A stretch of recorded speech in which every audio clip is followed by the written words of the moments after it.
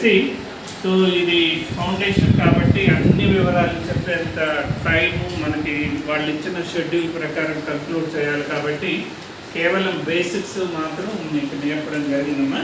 So మీరు గ్రామ సంఘంలో ముందు మీ అప్రూవల్ తీసుకొని ఇప్పుడు మనం చెప్పిన ఈ మూడు తీసుకొని వివో మీటింగ్ అంటే ఏంటి, ఎలా జరుగుతుంది, ఎస్ఎస్జి మీటింగ్ ఎలా జరుగుతుంది అనేది అంటే మీదే లేదు అంటే కంక్లూడ్ చేద్దాం. చిన్నదే కదా, చేయగలమా లేదా? చేయగలమన్న తల్లులందరూ చేతులు లేపండి.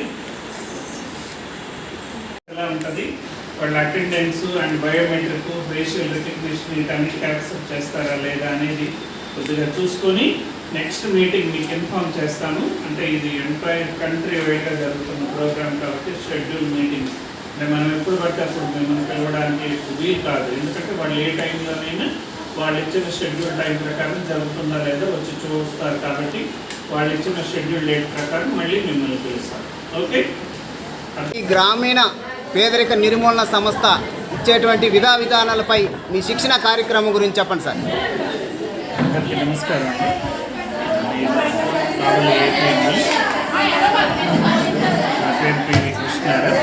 ఇక్కడ నిన్నటి నుంచి ఈనారి కొత్త వ్యవస్థని మన భారత ప్రభుత్వం వాళ్ళు ఈనారి మరియు సిఆర్పి అనే వ్యవస్థను కొత్తగా ప్రవేశపెట్టడం జరిగింది. మారుతున్న కాలమాన పరిస్థితులకు అనుగుణంగా పెరిగిపోయిన స్వయం సహాయ సంఘాలకి సేవలు అందించడానికి ఇప్పుడున్న వ్యవస్థలో ఉన్నటువంటి మ్యాన్ పవర్ సరిపోనందున కొంతమంది చదువుకున్న నిరుద్యోగులైనటువంటి మహిళా మాతృమూర్తులకి ఈ అవకాశం కల్పిస్తూ ఈ స్వయం సహాయక సంఘాలని పునరుద్ధరించడంతో పాటు మరింత మహిళా సాధికారతకు చేరువ చేసే విధంగా క్లీన్ అబ్జర్వ్ చేయడానికి మరికొంత మ్యాన్ పవర్ తీసుకోవడం జరిగింది. వాటికి సంబంధించిన కొన్ని విధానాల మీద నిన్న ఇవాళ శిక్షణ కార్యక్రమం జరిగింది.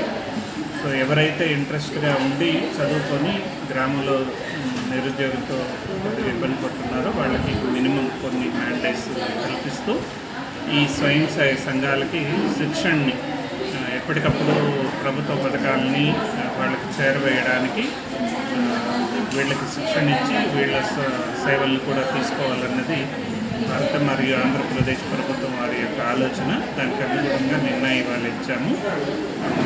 వచ్చే గైడ్లైన్స్ని బట్టి ఎప్పటికప్పుడు వీళ్ళని చైతన్యవంతుల్ని చేసి కావలి మండలంలో అన్ని స్వయం సహాయక సంఘాలని ఏ గ్రేడ్ సంఘాలుగా తీర్చిదిద్దే విధంగా ప్రయత్నం చేస్తాం. వేతనం అనేది అంటూ ఏం లేదండి.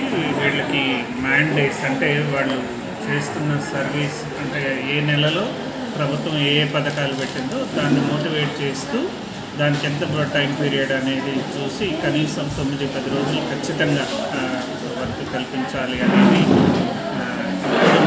ఇప్పటి వరకు ఉన్న గైడ్లైన్స్ ఉద్దేశము. పరిస్థితిని బట్టి మళ్ళీ దాన్ని మారచ్చు, అమౌంట్ కూడా పెంచుకోవచ్చు అనేది కూడా చూడవచ్చు. సార్ వీళ్ళకి కనీస విద్యార్హత ఎంత పరిగణలో తీసుకుంటారు? ఈనారీలకి 10th పాస్ ఖచ్చితంగా ఉండాలండి. సిఆర్పి అనే స్ట్రాటజీ కూడా ఉంది. అది ఇంటర్మీడియట్ టు డిగ్రీ చదివిన వాళ్ళకి ప్రిఫరెన్స్ ఇస్తున్నాం. దాంతోపాటు స్వయం సహాయక సంఘాల్లో ఖచ్చితంగా మహిళా సభ్యురాలై ఉండాలి, మ్యారేజ్ అయి ఉండాలి అనేది అర్హత.